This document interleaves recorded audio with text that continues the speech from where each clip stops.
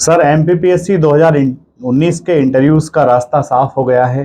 Interviews अपने तय समय के अनुसार ही कंडक्ट होंगे। ऐसे विद्यार्थी जिन्हें 2019 के फाइनल इंटरव्यूज में अपीयर होना है, उन बच्चों को अपनी तैयारी किस प्रकार से करना चाहिए, कृपया मार्गदर्शन दें। धन्यवाद। बहुत डिले हो गया, 2020 का भी इंटरव्यू हो गया। तो पहले मैं आप सभी को अभिनंदन करता हूं जिन्होंने 2019 के लिए इसे अपने इंटरव्यू के लिए पात्रता पाई।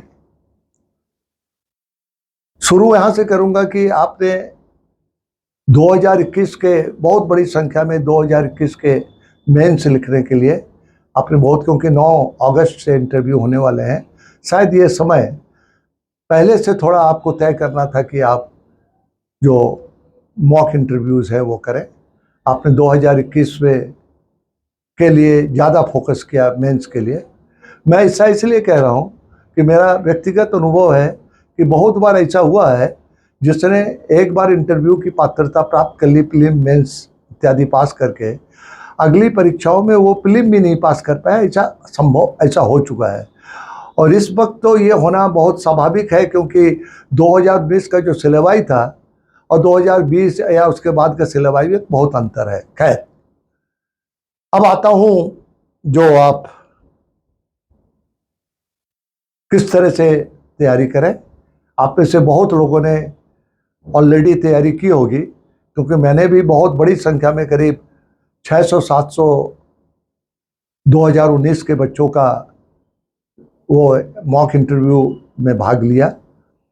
और उसके बाद जब एकदम से उसके ऊपर प्रतिबंध लग गया कानूनी, तो फिर सब लोग वो हो गए। आपको बहुत मन मलिन हुआ होगा, आप हतोत्साहित हुए होंगे, लेकिन ये संघर्ष यही जीवन का सच्चाई है। और जिस पेशे के लिए आपने अपने को वॉलंटियर किया है उसमें संघर्ष ही संघर्ष है, प्रतिदिन परीक्षा है। क्योंकि जब कोई पद आप पा जाओगे, वो छोटा बड़ा जो भी पद है उसमें संघर्ष बहुत है। कभी आप बाढ़ आ जाएगी, कहीं हला डोला हो जाएगा, कहीं लिंचिंग हो जाएगा, कहीं कुछ ना कुछ होता रहेगा। लिहाजा आपको मानसिक रूप से उसके लिए तैयार होना है। तो लिहाजा अगर परीक्षा डिले हो जाने से हम इतने व्यथित हो जाए कि हम तैयारी बंद कर दें, शायद वो उचित नहीं है। कुछ चीज़ें इस इंटरव्यू के लिए आप करें। इस वक्त राष्ट्रीय और प्रादेशिक परिदृश्य से जो भी प्रमुख घटनाएं हो रही हैं उनके बारे में नियमित अध्ययन करें, क्योंकि आपने जो प्रीलिम और मेंस की परीक्षाएं दी हैं उन सब के लिए एक सिलेबाई था। इंटरव्यू का कोई सिलेबाई नहीं होता है।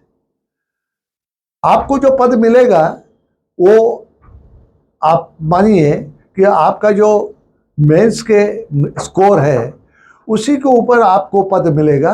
इंटरव्यू तो सिर्फ 175 नंबर का हो रहा है, उसमें से आपका मेरिट का ही फर्क आएगा, उसमें से पद मिलना नहीं होगा। और अनलेस आपका टोटल 1000 के करीब हो जाए दोनों मिला के, तब तक नहीं होगा। तो आपको अब प्रयास ये करना है कि जो भी आपने मेंस में किया उसको तो बदला नहीं जा सकता है, लेकिन इंटरव्यू में अधिक से अधिक नंबर कैसे पाए जाए, उसकी तैयारी कैसे हो।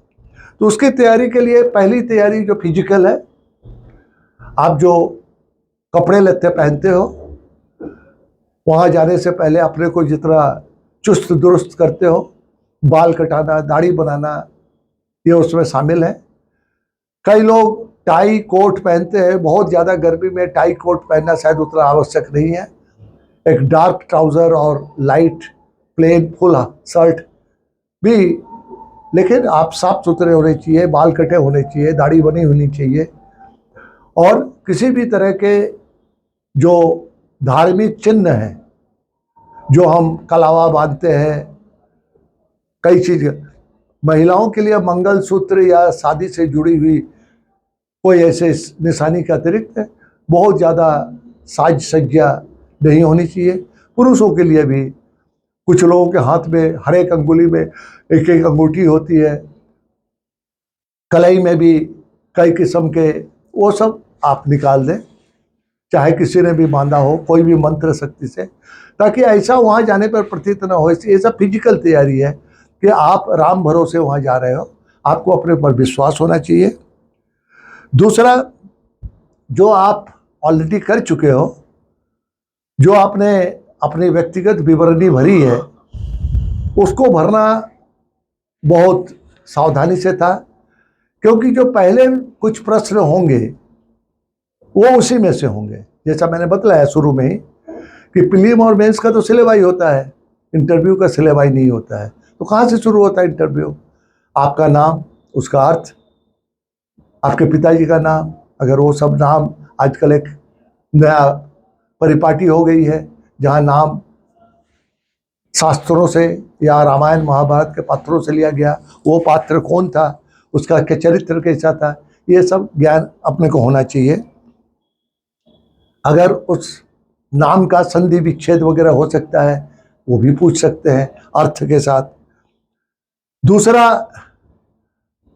वहाँ से आगे बढ़ने के बाद जिन स्कूल कॉलेजों में आप पढ़े हैं उनके बारे में आपको ज्ञात होना चाहिए। अगर आपने नवोदय विद्यालय में पढ़ा तो नवोदय विद्यालय की स्थापना क्यों हुई, कब हुई, क्या अपेक्षा थी। सैनिक स्कूलों में पढ़े हैं, उनके बारे में उनकी स्थापना क्यों हुई, कब हुई। आप सेंट मैरी में पढ़े हैं तो सेंट मैरी कौन थी, अगर वो क्राइस्ट की मदर थी तो क्राइस्ट के पिता कौन थे। इस तरह की बातें आपको तैयारी में ये सब होनी चाहिए। उसमें एक इम्पॉर्टेंट कॉलम है, ऐसा अब आगे चलते जाएंगे तो एक इम्पॉर्टेंट कॉलम है जहाँ पर आप हॉबी लिखते हैं। कई बार लोग हॉबी छोड़ देते हैं, कई बार 4 हॉबी लिख देते हैं।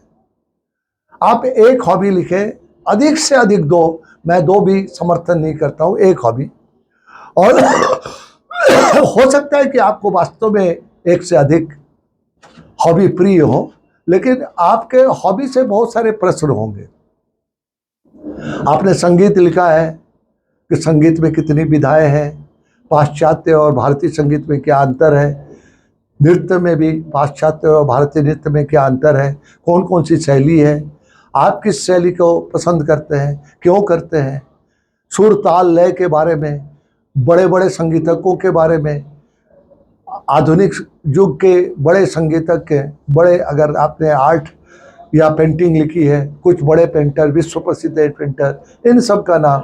अगर किसी खेल का आपने जिक्र किया है तो उस खेल के जो सर्वोच्च वो पाने वाले, शिखर तक पहुंचने वाले, क्या उनका अचीवमेंट है, ये सारी बातें होनी चाहिए।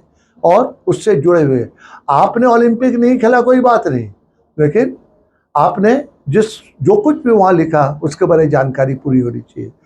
कई बार आप एक से अधिक लिख देते हो तो फिर मुश्किल हो जाती है। कई बार आप टालने के लिए कुछ लिख देते हो, वो भी गलत हो जाता है, जैसे वॉकिंग लिख दिया, साइकिलिंग लिख दिया। तो ध्यान रखें, आपकी जो भी हॉबी है वो इसलिए, क्योंकि हॉबी ऐसे ही नहीं कि कुछ भी, प्रतियोगी परीक्षाओं के द्वारा चुने जाने वाले हर एक पद के लिए ये हॉबी कॉलम होता हो, चाहे IAS IPS deputy collector DSP हो, चाहे आर्मी एयरफोर्स नेवी हो या बैंक अधिकारी हो, हर एक के। क्योंकि व्यक्तिगत जीवन में हमारी हर एक की कुछ असफलताएं होती है, जिससे परेशानी होती है। जब आप सरकारी सेवा में जाएंगे तो वहाँ पर और भी कुछ चीज़ें होगी, कहीं बाढ़ आ जाएगा, कहीं आग लग जाएगी, कहीं अर्थक्वेक हो जाएगा, उससे उत्पन्न जो आपको टेंशन होगा उसको कैसे मिटिगेट कर रहा है, वो क्षमता होता है। तो हॉबी एसेंशियली वैसे वो चीज़ें हैं जिसके अंदर टेंशन रिडक्शन मैकेनिज्म हो।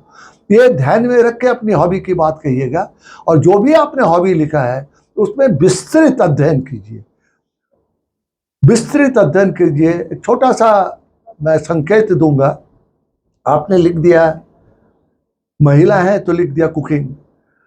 हिंदुस्तानी घरों में हर एक बालिका से माता भोजन बनवाना सिखवाती है, कुछ लोगों को पसंद होता है, कुछ को नहीं पसंद होता है, कि ससुराल में जाके दिक्कत न हो, उसको हॉबी नहीं कहते हैं। हॉबी तब होता है कि चाहे पुरुष हो चाहे स्त्री हो, उसको खाना बनाना अत्यधिक पसंद है और समय मिलते ही डाउनलोड करके इंटरनेट से कुछ रेसिपी वो पूरी विधि विधान से उसको तैयार करके पूरे परिवार के लिए उसमें समय देना, उसके बारे में पूरी जानकारी। तो इस तरह से तैयारी करें cooking can be a hobby, लेकिन जो हम खाना बनाते हैं घर में पेट भरने के लिए, खिचड़ी बना लिया, वो हॉबी नहीं है। तो जो भी आप हॉबी लिखें उसमें विस्तृत जानकारी होनी चाहिए। अगर आपने ऑलरेडी जो भर दिया है व्यक्तिगत विवरणी, अब मेरी बात सुनने के बाद लगता है कि उसमें आप कुछ सुधार करना चाहते हैं, तो एक सेट नया बना के ले जाए। जिस दिन आपकी रिपोर्टिंग है उस दिन रिपोर्टिंग से आधे घंटे पहले ही जाए और आप जाकर वहाँ आग्रह करें कि कुछ उसमें त्रुटियाँ थी, उसको सुधार के आप लाए हैं। संभव है कि आप अच्छा करें। हम मॉक इंटरव्यू शुरू कर रहे हैं इसी सैटरडे से और आगे भी करते रहेंगे। आप अगर व्यक्तिगत मॉक इंटरव्यू में रुचि रखते हो तो मेरी संस्था को संपर्क करें, और सैटरडे संडे ऑलरेडी बुक्ड है उसके आगे के दिनों के लिए। अगर आप कहीं नौकरी पेशा हैं, दूर हैं, तो आप अगले सैटरडे संडे के लिए जानकारी अपनी बुकिंग कर सकते हैं और हम पूरा पैनल बैठा के आपको इंटरव्यू का फील देंगे, प्रश्न पूछेंगे, आपको आपकी कमियां फिजिकली बतलाएंगे, आमने सामने बतलाएंगे। धन्यवाद। Thank you sir.